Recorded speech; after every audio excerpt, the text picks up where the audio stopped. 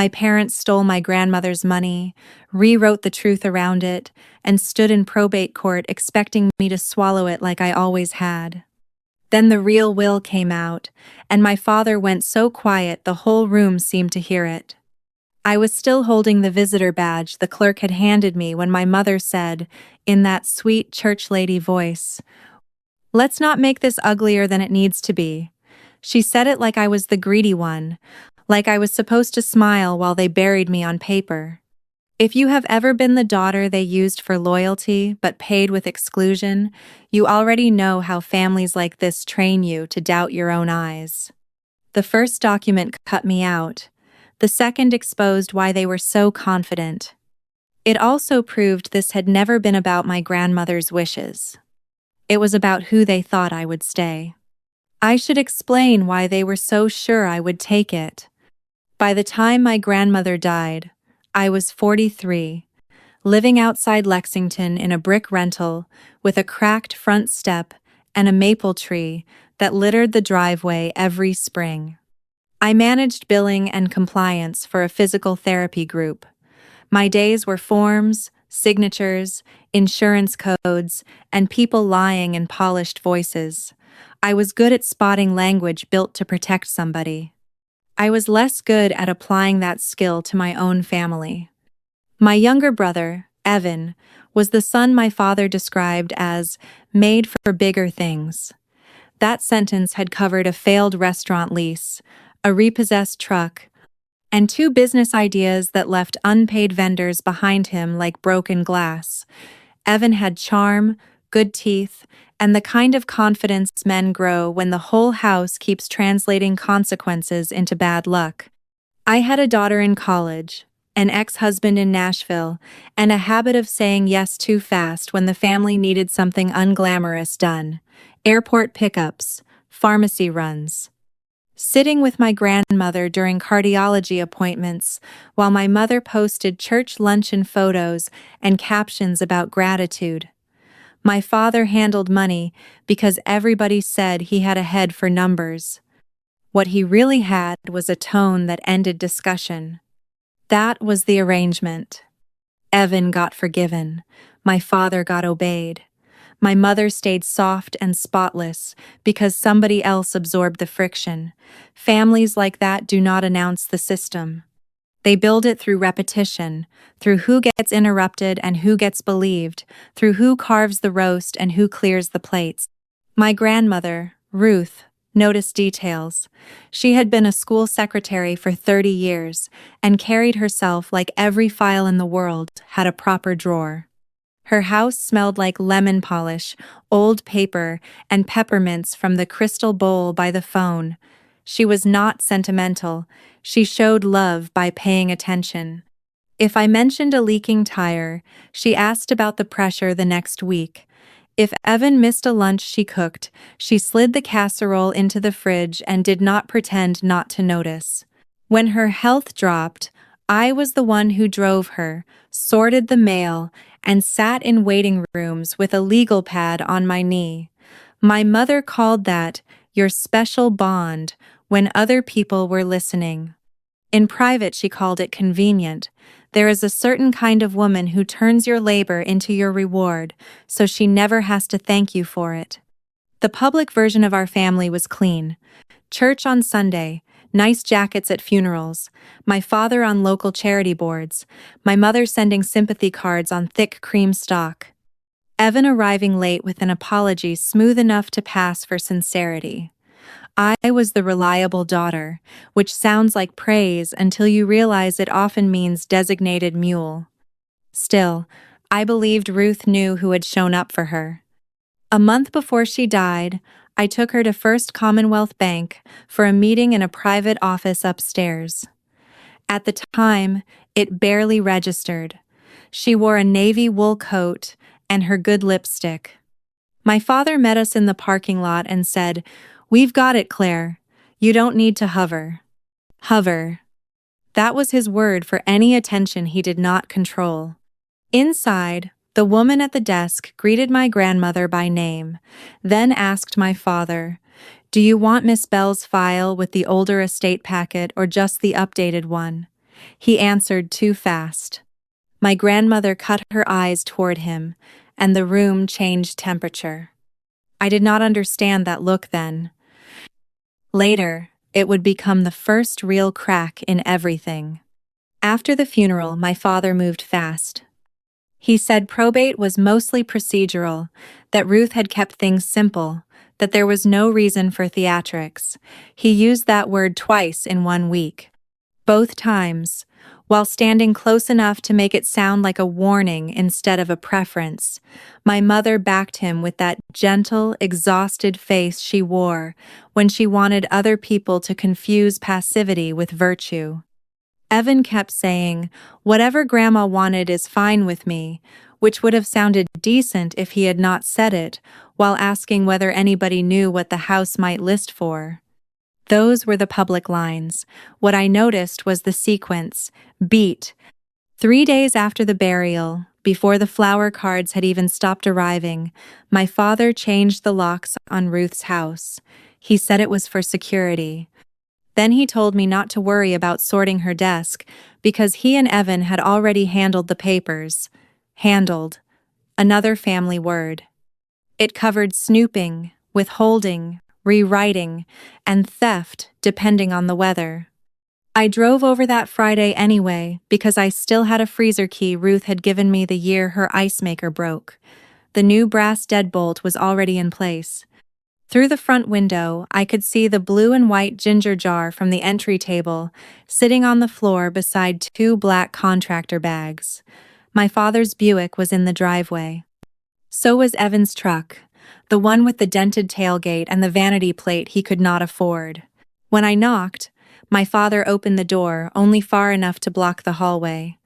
"We're in the middle of something," he said. "In her house." His mouth flattened. "Exactly." Then my mother appeared behind him carrying Ruth's old address book and a cardboard file box with the bank's logo on the side. She stopped when she saw me, like a woman caught leaving a room she had already described as empty. For 1 second, nobody said anything. I can still picture her thumb pressed against the box seam. "We're organizing," she said. "For donation, maybe. For storage, maybe. In my family, vague verbs did a lot of criminal work. That should have been enough. It almost was. But the first hard inconsistency arrived in a place so ordinary it made my skin go cold. The next Monday, I went to Ruth's pharmacy to close out an automatic refill and settle a balance I knew my father would forget. The tech at the counter recognized me from years of pickup runs. She lowered her voice and said, "I'm sorry about your grandma. Your dad came by already asking for her medication history. We told him he needed estate papers." Medication history. I asked why he would want that. She shrugged. He said there were questions about her memory near the end. I stood there with my debit card in my hand and felt the whole story tilt. Ruth had congestive heart failure. She had arthritis in both hands and a stubborn streak that could cut glass. What she did not have was confusion, not the kind my father was now fishing for. She balanced her own check register in blue ink. She corrected church bulletins with a mechanical pencil. 2 weeks before she died, she told the rehab nurse the dosage on a blood pressure medication from memory because the chart had it wrong.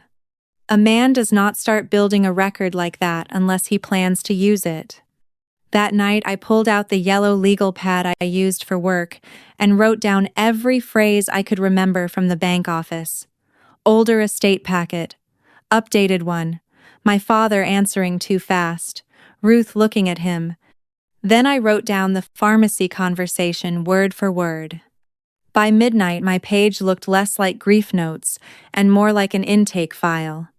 At 8:17 the next morning, I called First Commonwealth and asked for the woman from the upstairs office. She was unavailable. I left my name. 10 minutes later, she called back, careful and professional. "Miss Bell," she said, "I'm not sure how much I'm permitted to discuss." "Then tell me one thing you are permitted to discuss. Was there more than one estate packet? A pause. Then she said, "Your grandmother reviewed documents with your father in January. She returned in March and requested changes." Requested changes. I thanked her before she could retreat into policy language. Then I sat at my kitchen table, staring at the maple seeds scattered across the windshield outside. January was when my father still thought he owned the room. March was when Ruth stopped agreeing with him. Once I heard the words requested changes, I stopped treating my family like a source of comfort and started treating them like a structure. An incident can be argued. A pattern has bones. My father had spent my whole life arranging the family around utility and appearance. He liked roles more than people. Evan was possibility, even at 38, still leaving unfinished plans behind him. My mother was Grace, a woman in pressed slacks and pearl studs who could hand someone a casserole and a character assassination in the same afternoon. I was reliability, dependable, sensible, mature for my age. Families say those words about a daughter when they mean she can be loaded down without making a scene. I was 6 when I learned that being useful earned more approval than being loved. My mother had migraines that shut the blinds for whole afternoons, and my father traveled for work 3 days out of 5. I packed my own lunch by 2nd grade. By 10, I was packing Evan's too.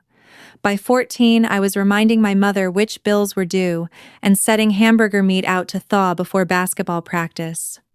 When adults praised me, they did it with relief, not tenderness. "Claire makes things easy," they would say, as if I were a household appliance. Evan broke things and got interpreted. I handled things and got expected. That arrangement followed us into adulthood so smoothly most people would have called it personality. When Evan missed rent, my father said he was under pressure. When I questioned a charge on Ruth's account, I was accused of keeping score. If Evan forgot birthdays, he was overwhelmed. If I forgot one detail, I was cold. My mother specialized in translating the family's hunger into my obligation. "You know your father's proud. You know your brother's heart. You know how to manage these things better than the rest of us." There was always a flattering verb attached to the labor they did not want to name. Once I started writing it down, I could see the machinery. Who held keys? Who held passwords? Who got called first when something went wrong? Who got praised in front of people? Who got corrected in private? My father managed the accounts, the introductions, the professionals. My mother managed tone. Evan managed to remain a son in need of one more chance. I managed the burden no one wanted witnesses for. Ruth did not create that system, but she lived inside its weather. My father was her only son. In our part of Kentucky, that still carried an old gravity. He handled her insurance questions, brought up taxes at the right moments, and talked about protecting her from stress, as if stress were a thing he had not been manufacturing for years. My mother filled the room with concern and logistics. Together they could make control look like devotion. Looking back, the signs were almost vulgar. When Ruth was hospitalized the winter before she died, I arrived to find my father at the foot of the bed with a yellow legal pad, asking the nurse whether pain medication could affect judgment. He said it in the tone of a man being responsibly curious. Ruth told him to stop interrogating people and asked me for her glasses. At the time, I thought he was anxious. Now I hear rehearsal. At Sunday lunch 2 weeks later, Evan asked whether anybody knew what Ruth planned to do with the house, long term. My mother cut into the roast without looking up and said, "These things usually work themselves out when families stay calm." My father glanced at me when she said calm, just a small turn of the eyes, but it landed like a warning label. Useful daughters are expected to swallow coded language whole. There was another thing I had missed because it fit too neatly inside the old story. Ruth had named me as her hospital contact twice in the past year. Both times, within days, the forms were changed. The first time my mother said the receptionist must have copied the wrong number. The second time my father said, "It makes more sense for one central point person." Central point person meant him, even when I was the one sitting in vinyl chairs waiting for test results. He was not just taking charge, he was training the record. I called Ruth's primary care office the day after the bank woman confirmed March. I told them I was trying to understand the timeline on a few forms and asked whether there had been any documented concern about cognitive decline. The nurse would not say much, but she did say this. We had a family member raise concerns about outside pressure regarding estate decisions. The physician did not note impairment. Outside pressure. I asked which family member. She said carefully, "I can't provide that." She did not have to. My father had not simply planned to cut me out after Ruth died. He had been building a version of me while she was still alive. And in that version, I was the danger. Once I understood that my father had been shaping a record against me, old memories stopped feeling sentimental and started reading like exhibits. Some cruelty arrives as a slammed door. Some of it arrives folded inside ordinary afternoons. There was the Christmas Eve when Ruth gave each grandchild an envelope from the ceramic bowl by her chair. Mine held a handwritten note and a smaller check than Evan's kids received. My mother laughed lightly and said, "Well, Claire's the practical one. She doesn't need all the fuss." Ruth looked embarrassed. I remember that now because later, while loading dishes, she pressed $20 bills into my palm and said, "I evened it up." Don't argue. At the time, I thought she was compensating for a social oversight. Now I wonder who had been in her ear before dessert. Beat. There was the summer my father asked me to review a contractor estimate for repairs on Ruth's back porch, because, in his words, "You're the one who actually reads paperwork." I flagged duplicate labor charges and a line item for lumber that had already been delivered. He thanked me, then hired the contractor anyway. 2 months later, at a cookout, he told neighbors Evan had basically overseen that whole project. Evan stood there holding a beer and accepted the praise like a man receiving his own coat. There was the hospital bracelet I found in my mother's purse after Ruth's second admission. My phone number had been scratched out on the emergency contact sticker and replaced with my father's office line. My mother said she must have grabbed the wrong printout. She reached for it too fast. There was the Sunday school fundraiser where Ruth asked me, quietly, whether I thought selling the house would be a mistake. Before I could answer, my mother stepped beside us with a tray of lemon bars and said, "We all agree upkeep is getting to be too much for her. We all." That phrase can perform surgery without leaving a visible wound. Ruth folded in on herself for the rest of the afternoon. A week later, my father told me, "Your grandmother gets confused when too many people give opinions." He said this after cutting off mine in public. And then there were the smaller thefts, the ones polite families train themselves not to name. A sterling picture frame disappeared from Ruth's hallway after she spent 4 nights in the cardiac unit.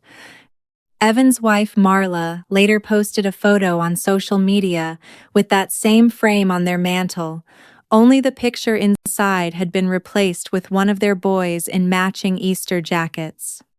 When I mentioned it, my mother said, "Ruth likes seeing family things enjoyed. That would have mattered more if Ruth had known it was gone." Ruth's monthly bridge group dwindled in those last months because invitations somehow stopped reaching her.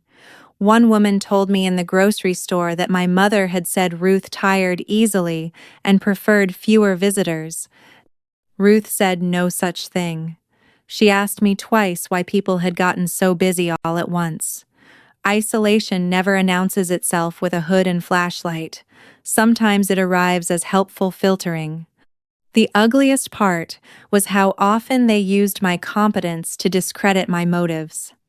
When I asked why Ruth's utility bills were suddenly being mailed to my father's post office box, he told me I had a suspicious mind. When I noticed a new debit card on Ruth's kitchen counter, with Evan's name written on the bank sleeve, my mother said I was looking for reasons to be upset.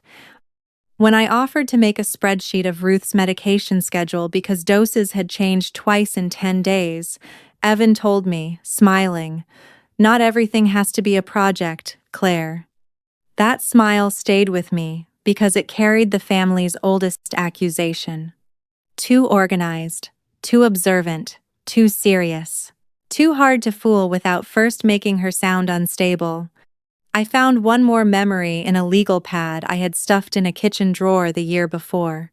It was a note from an appointment with Ruth's estate attorney. I had driven her there because my father claimed he had a board meeting. She came out 40 minutes later, angry in a way I had almost never seen. In the parking lot, with rain ticking on the windshield, she said, "Your father likes to speak before people finish asking the question." Then she stared through the passenger window and added, "Men who call themselves protectors usually mean gatekeepers." I had written it down because it sounded like Ruth. I had not understood it because it sounded like wisdom instead of warning. By then, my memories were no longer separate scenes. They were aligning, praise redirected, access rerouted, contact lists altered, visitors filtered, property softened up before death. A daughter described as difficult before she ever objected.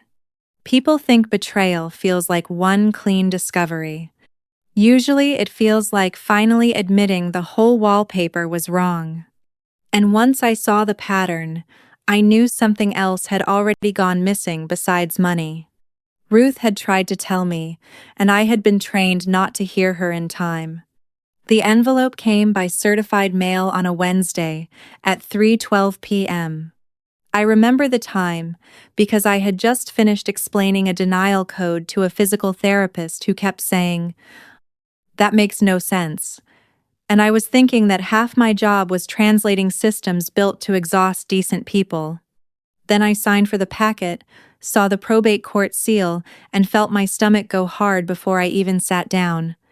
Inside was a copy of the will my father intended to probate. January, not March. It named him executor. It left Ruth's house to Evan, described as a practical accommodation in light of his family's needs.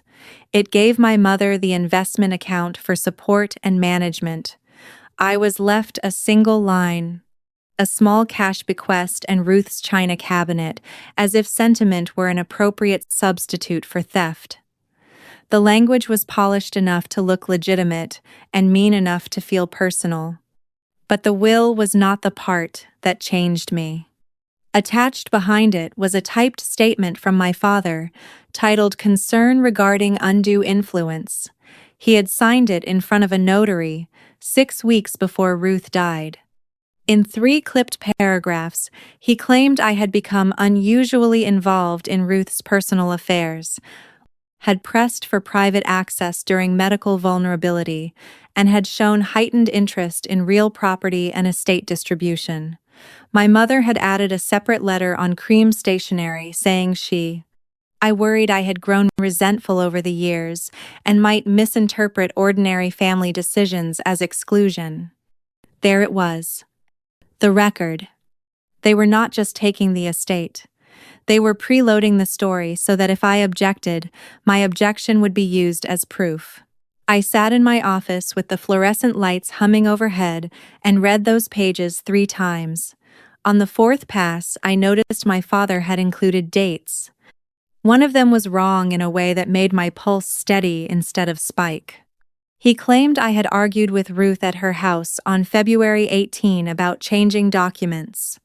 On February 18, Ruth had been in Street Ann's cardiac step-down unit. I knew because I had the parking receipts folded in the side pocket of my purse and a text from the charge nurse reminding me to bring her glasses. A lie that's specific is useful. Not because it hurts less, because it can be broken cleanly. I took the packet home, laid every page across my kitchen table, and matched them against the notes I had started keeping. Hospital dates, pharmacy visit, bank office, address changes, lock change. Each line from my father's statement sat there like a cheap suit trying to pass for tailored. The broad accusations were ugly. The details were lazier than he realized. By 7 that night, I had another document in my inbox. Evan had forwarded a message to the wrong family thread, then unsent it too late. My daughter had seen the preview on her phone and screenshot it before it disappeared. It was from Evan to my father. If Claire makes noise, remind the attorney she was around Ruth constantly at the end. That should be enough. That should be enough. I stared at those 4 words until they lost grammar and turned into method. If you think there is a point where a woman is no longer obliged to sound gracious while people build a legal lie around her, this was mine. And if you believe polished cruelty deserves a colder answer than tears, you can stand with me for what came next. Because that was the moment I stopped wanting an apology. I wanted proof, sequence, and a room they could not control. Up to then, some part of me had still been bargaining with the old fantasy that there might be a misunderstanding buried inside the greed. Maybe my mother had let my father drive it too far. Maybe Evan was only being careless and hungry in the way he had always been. Maybe somebody would blink if I placed the facts in the middle of the table and waited. The packet killed that last childish idea. My father had hired a narrative before he hired the probate process. My mother had lent him her handwriting. Evan had volunteered my caregiving as the weapon. They had taken the years I spent carrying the dull, intimate labor of family life and recast it as motive. That is a particular kind of violence. Not the theft itself. The conversion. The way your loyalty gets processed into evidence against you. At 9:41 p.m., I opened a fresh legal pad and wrote 3 names across the top: bank, physician, attorney. Under that, I wrote 5 words I had never applied to my own parents before. Build the file, then choose the room. Once I finished writing them, I felt calmer than I had since Ruth died. Not healed, not hopeful, clear. And when clarity finally came, it did not feel merciful. It felt like a private verdict. The next morning, I did not call my parents. I showered, put on a navy blazer, packed a yellow legal pad, 3 black pens, and the certified packet into my work tote, and drove to the office before sunrise. I liked that hour because buildings told the truth before people arrived. No chatter, no performance, just systems waiting to be read.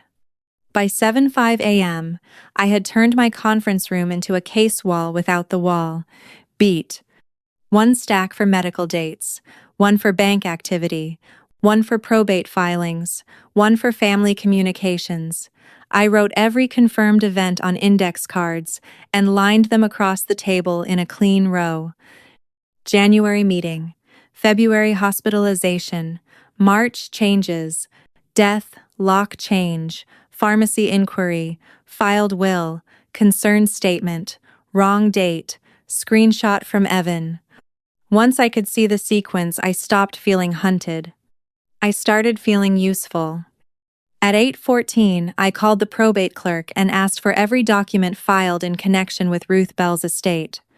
Anything already filed is public, she said. Public. That word steadied me more than comfort would have. On my lunch break, I drove downtown, paid for the copies, and read them in my car with the receipt curled on the console. My father had filed the January will, his notarized concern statement, my mother's letter, and an inventory that described Ruth's jewelry, savings, and household contents with suspicious speed. He had also submitted a petition asking the court to recognize ongoing family friction created by one beneficiary. He did not name me there. He did not need to. The inventory listed Ruth's house as vacant as of the day after the funeral. That was false. Her bridge cards were still on the kitchen counter when I looked through the side window. The garage freezer had still been plugged in. A house does not become administratively empty because a man wants faster access to it. At 2:30, I called Street Ann's records department and requested the visit log for February 18 through February 21, plus any patient advocate notes regarding estate pressure or decision-making concerns. The woman on the line asked for my relationship. I told her the truth, then stopped trying to sound emotional and started sounding precise. Precise works better in systems. 20 minutes later, she told me what could be released and what would require a formal request from the estate attorney or a court order. So I changed direction. I called the patient advocate office directly. A tired-sounding man named Luis answered. When I explained that I was contesting a claim about my presence with my grandmother during a period of alleged pressure, he did not become warm. He became attentive. "Send me the exact date in writing," he said. "If a family concern was documented, there may be a neutral incident summary." Neutral. That was the kind of witness I needed. At 4:52 p.m., a woman from First Commonwealth called me back from an unlisted number. It was the same bank employee from the upstairs office. Her name was Delia Marsh. She spoke carefully, like someone crossing a wet floor. "I cannot discuss the contents of the documents," she said, "but I can confirm your grandmother appeared alert, oriented, and firm in March. There were 2 witnesses present." I asked whether the March appointment had been initiated by Ruth. Another pause. Then Delia said, "Your grandmother asked that certain prior instructions be revoked and replaced." Revoked and replaced. Those were not the words of confusion. Those were the words of correction. I asked one more question. "Did my father attend that March meeting?" No. That one landed harder than anything else that day. Because it meant Ruth had found a way to move without him.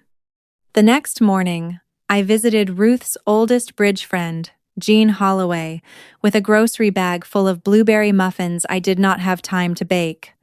Jean invited me in wearing house shoes and an expression that said she had been waiting for somebody to ask the right question. Before I even sat down, she opened a desk drawer and handed me a folded church bulletin. "Your mother gave this to me," she said. A note was clipped to the inside. In my mother's neat slanted handwriting it read, "Ruth has been having some confused spells.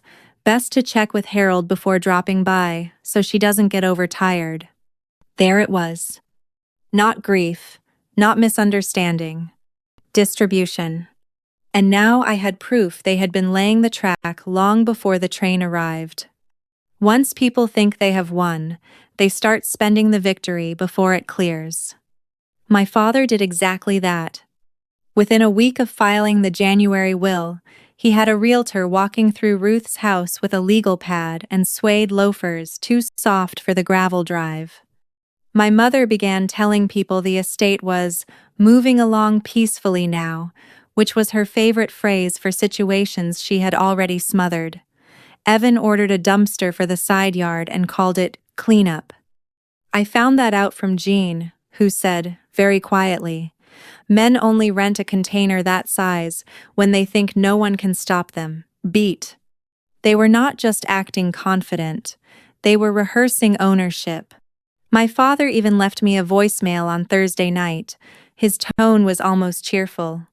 "Claire, I know emotions are high, but dragging this out will only waste what your grandmother worked for. Let's be adults."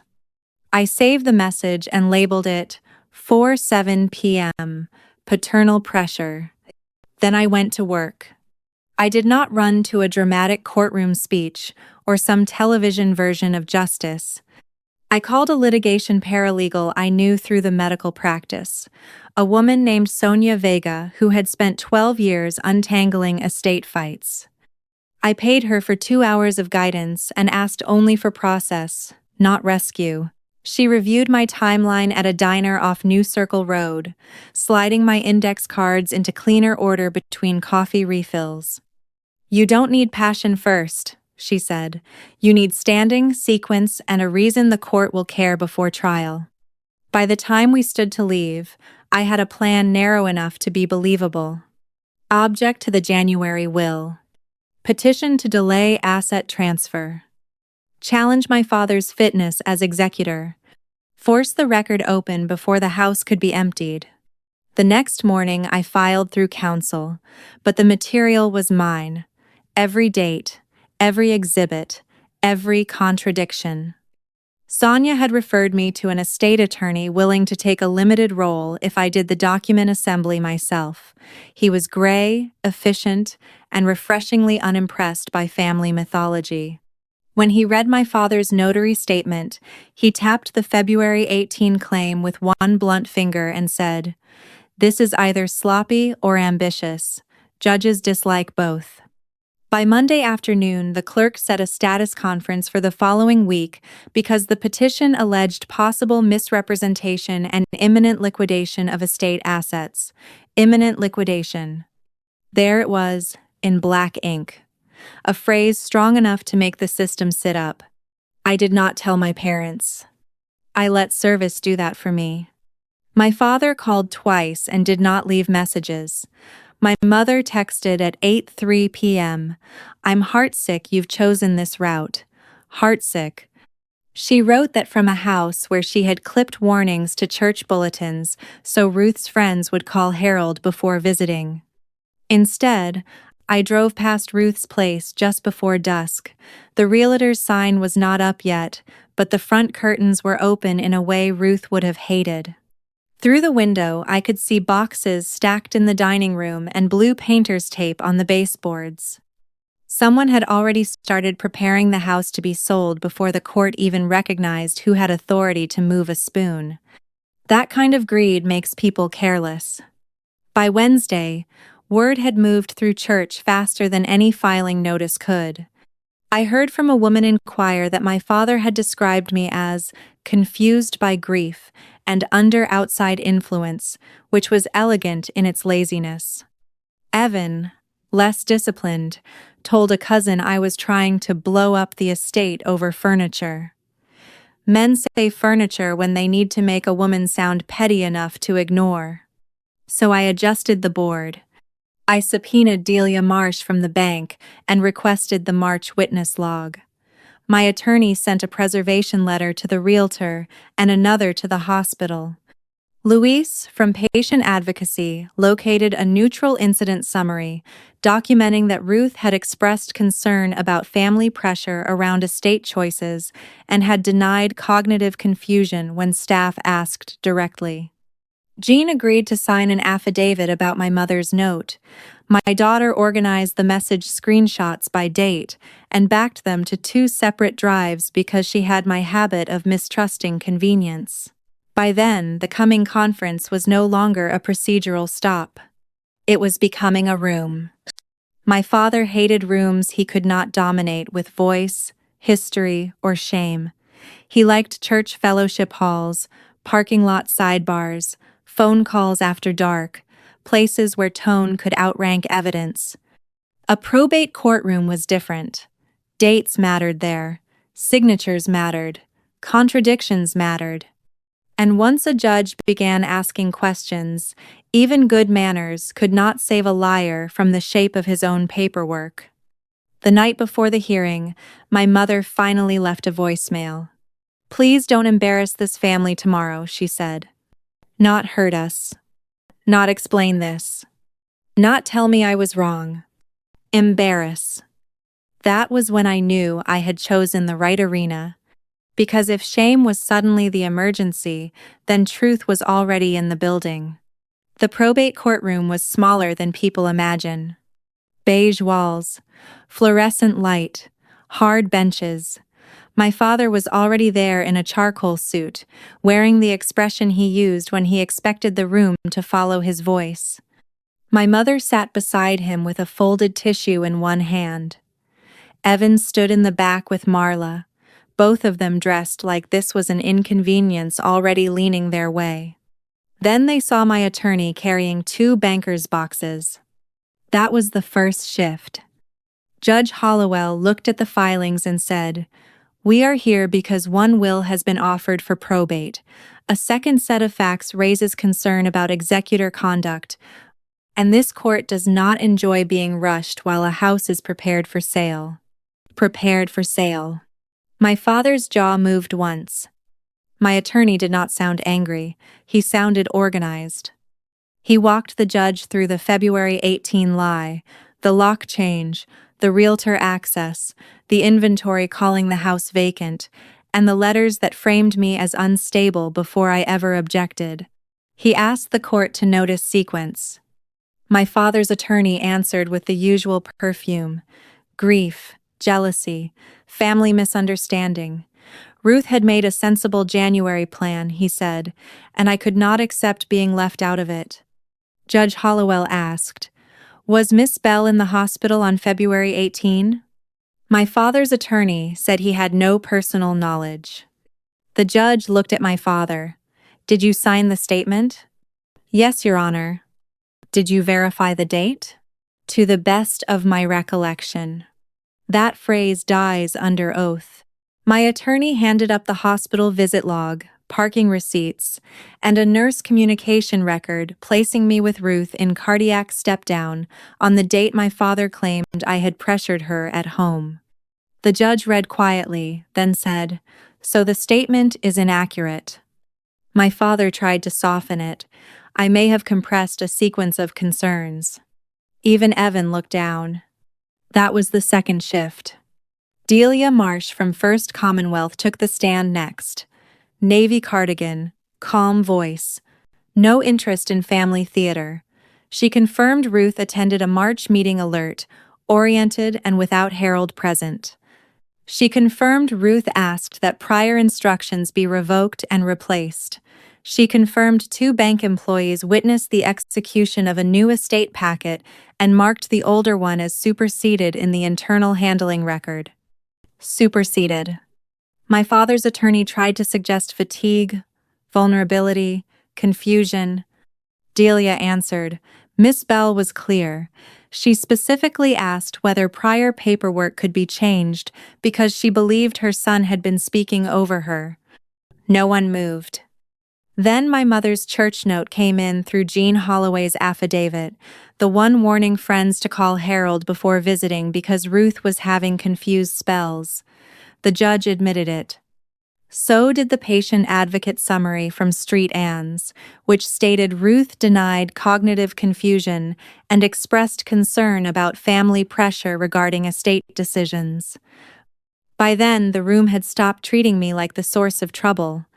It was starting to ask who had built the trouble on purpose. The real turn arrived in a red file. Thomas Baines, Ruth's estate attorney, walked in looking annoyed to have been dragged into preventable dishonesty. He identified the January will as a preliminary instrument executed after Harold's persistent involvement in the conversation.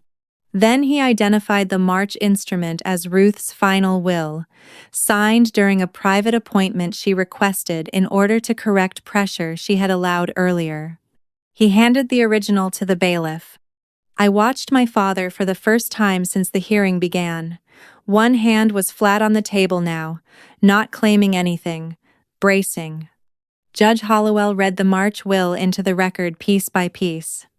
It revoked all prior wills. It removed Harold as executor. It named an independent fiduciary from Baines's office. It ordered the house sold and the proceeds split equally between Evan and me. It set aside a trust for Evan's children. It gave my mother a fixed bequest, not management authority. Then the judge read one more line. I make these revisions freely and intentionally, after experiencing pressure, interruption, and attempted control over my prior estate planning. The room went still. My father had spent months building a story in which I was the danger. My grandmother had left one in writing naming the real source. Evan whispered, "Jesus."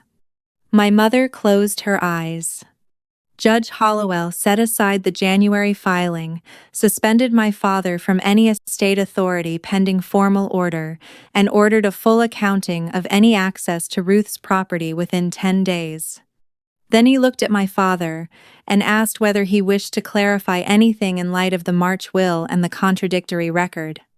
At the start of all this, Harold Bell had a tone for everything. For grief, for money, for daughters. Now he had none. He opened his mouth, looked at the will in the judge's hand, and finally met my eyes. That was the first honest thing he had done in months. He went silent. Silence in court did not end the fight. It just stripped the performance off it. By Friday, the judge's temporary orders were entered.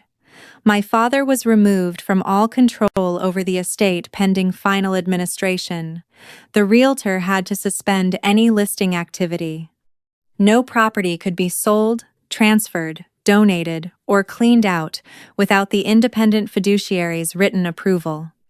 The locks on Ruth's house were changed again, this time by a court-appointed locksmith, with access logged and limited. The bank accounts were frozen except for approved estate expenses. A formal accounting deadline was set for 10 days. Beat. Systems move slower than rage, but faster than denial once they have paper.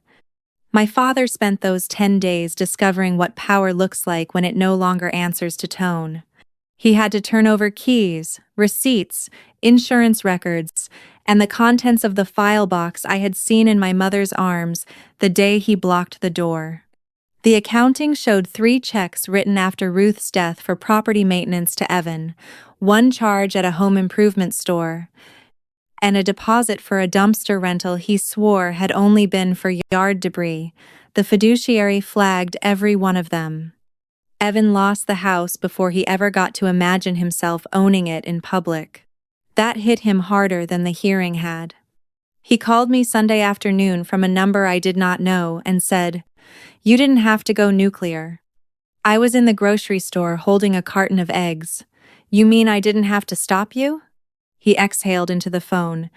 "Grandma wanted family taken care of." "She did," I said. "That was the problem." He hung up before I finished paying. My mother chose a different method. She sent a handwritten note on cream paper, no return address, as if stationery could still launder intent.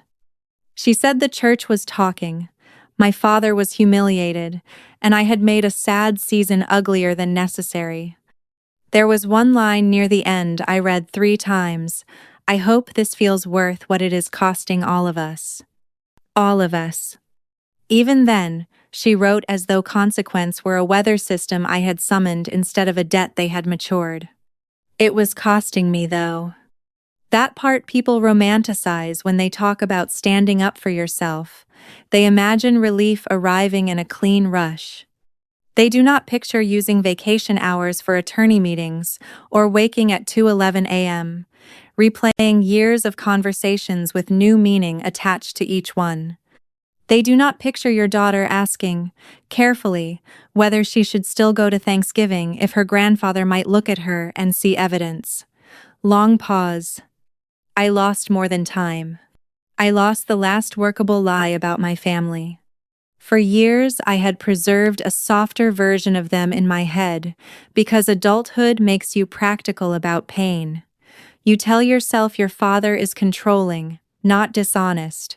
Your mother is anxious, not complicit. Your brother is weak, not willing. Those softer words help you function. They also keep you standing in rooms where you are being measured for erasure. After the hearing, those words were gone. The practical fallout kept coming. My father stepped down from one charity board before he could be asked. The church women, who once orbited my mother with casseroles and committee chatter, began speaking to her with a new caution, the kind reserved for people whose private conduct has escaped the house. Marla deleted a photograph of the sterling frame from her mantel, but not before the fiduciary had a copy. Boxes disappeared from Ruth's dining room and reappeared in documented inventory. Even the blue painter's tape came off the baseboards, leaving pale strips against the wall like a rushed confession. None of it felt triumphant.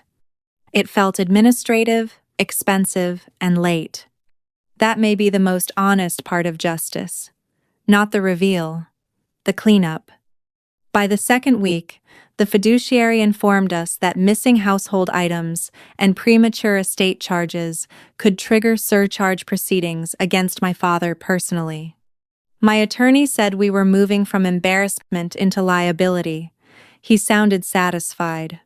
I did not.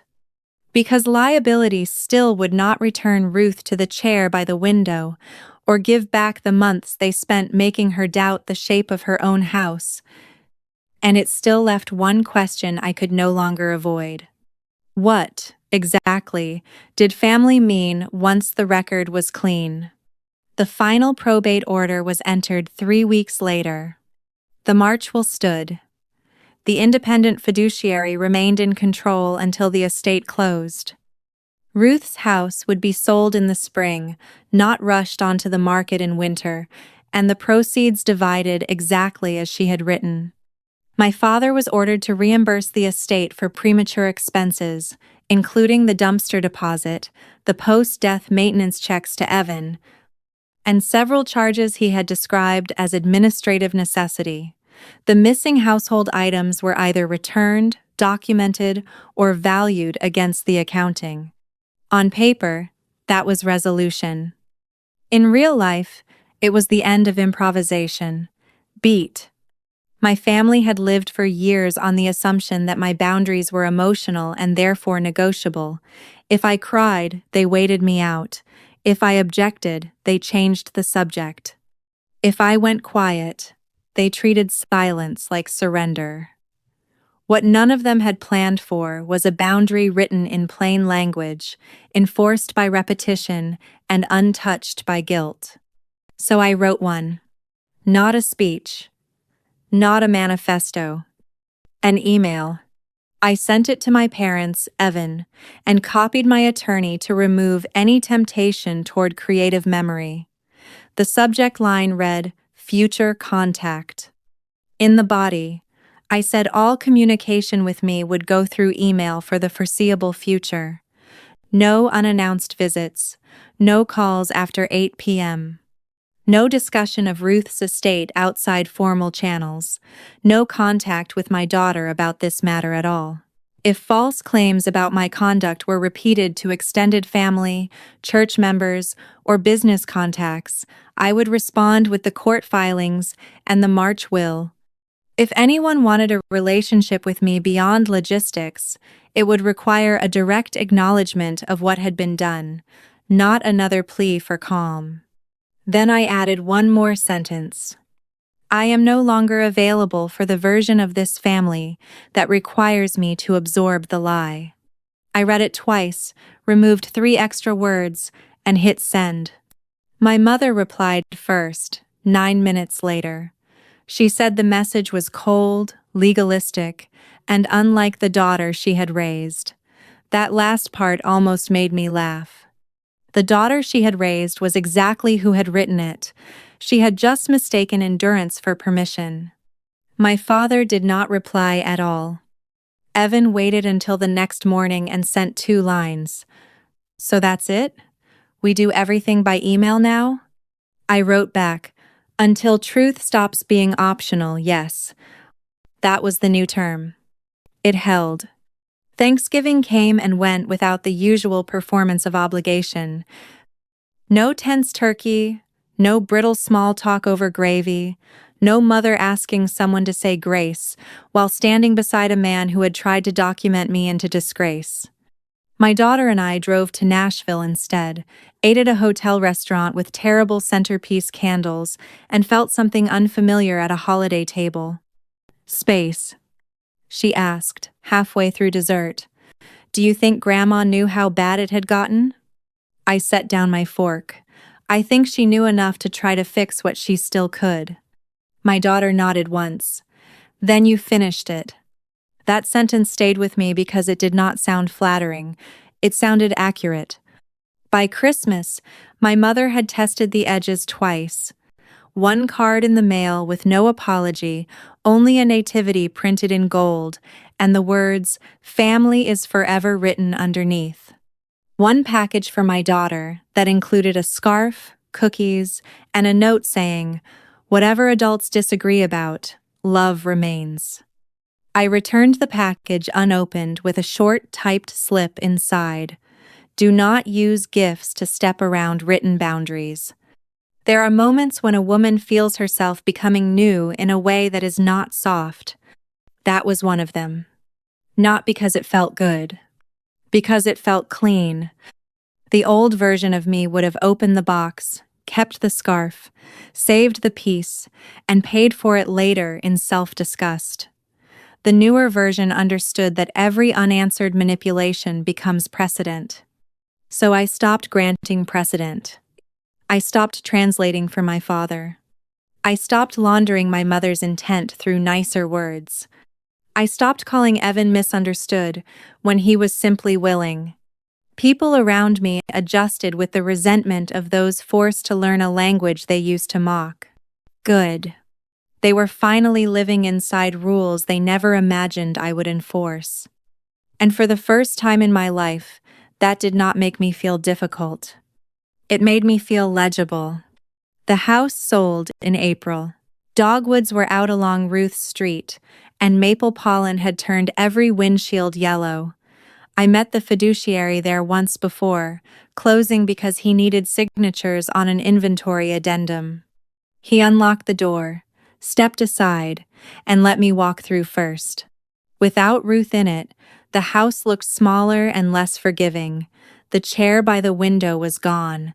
The crystal candy bowl had been boxed. There were pale squares on the walls where family photographs had hung for years, and faint grooves in the carpet where furniture had rested so long it left a memory behind. I stood in the kitchen and listened to the refrigerator hum. That sound took me straight back to all the afternoons I had spent there, sorting pill bottles, signing for packages, wiping down counters while my mother called me devoted in public and excessive in private. People talk about closure as if it arrives like a blessing.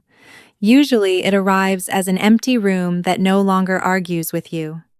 On the dining room table, the fiduciary had left one final item, a sealed envelope Thomas Baines had found in the March file, addressed in Ruth's handwriting to be delivered only if there was confusion after my death.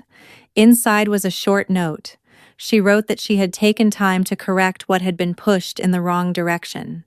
She wrote that decency and weakness get confused in families that benefit from both.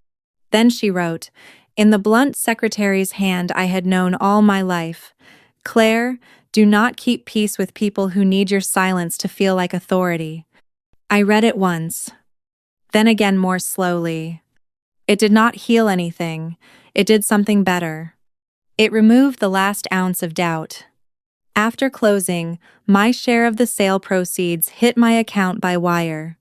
Evan's half was routed through the trust provisions that protected his children's portion from his own appetite. My mother received the bequest Ruth intended, and nothing more. My father reimbursed the estate under order and resigned from the last board position anyone might have used to describe him as reputable without irony. None of that was the ending. The ending came 3 weeks later in a single email from him. No subject line. 2 sentences. "I did what I thought was best. I hope someday you can let this go." For a long minute I watched those words sit on my screen. No acknowledgement of the false statement. No apology for trying to turn my care into suspicion. Just the old machinery again, cleaned up for distance. He was still asking me to do the final labor. Absorb, translate, release. I wrote back 4 lines. What you thought was best served you. What I know is documented.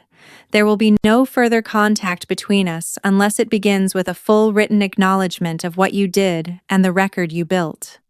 Until then, consider silence the most respectful thing you have left to offer. Then I blocked his number. My mother sent one last card that summer. I never opened it. Maybe some people will hear that and decide I went too cold. Maybe they think a daughter owes her parents one more soft landing, even after theft, fraud, and humiliation dressed up as family order. Maybe they think blood should outrank evidence. I do not. I think there comes a point when keeping the door unlocked is not compassion, it is consent. So that is the line I kept. Not because it made me noble, because it made me safe. If you think cutting off your parents after they tried to erase you on paper is cruel, say that. If you think the crueler act is asking the same daughter to keep smiling while the lie stays in place, then you already understand why stories like this matter. People who know that difference tend to find each other. They stay close to places where truth is kept intact, where polished abuse gets named plainly, and where women stop confusing endurance with love. That was the last thing Ruth gave me. Not the money, not the house. Permission to stop translating damage into duty. And once I took that permission seriously, my father's silence stopped feeling like a wound. It felt like the first honest inheritance he had ever left me.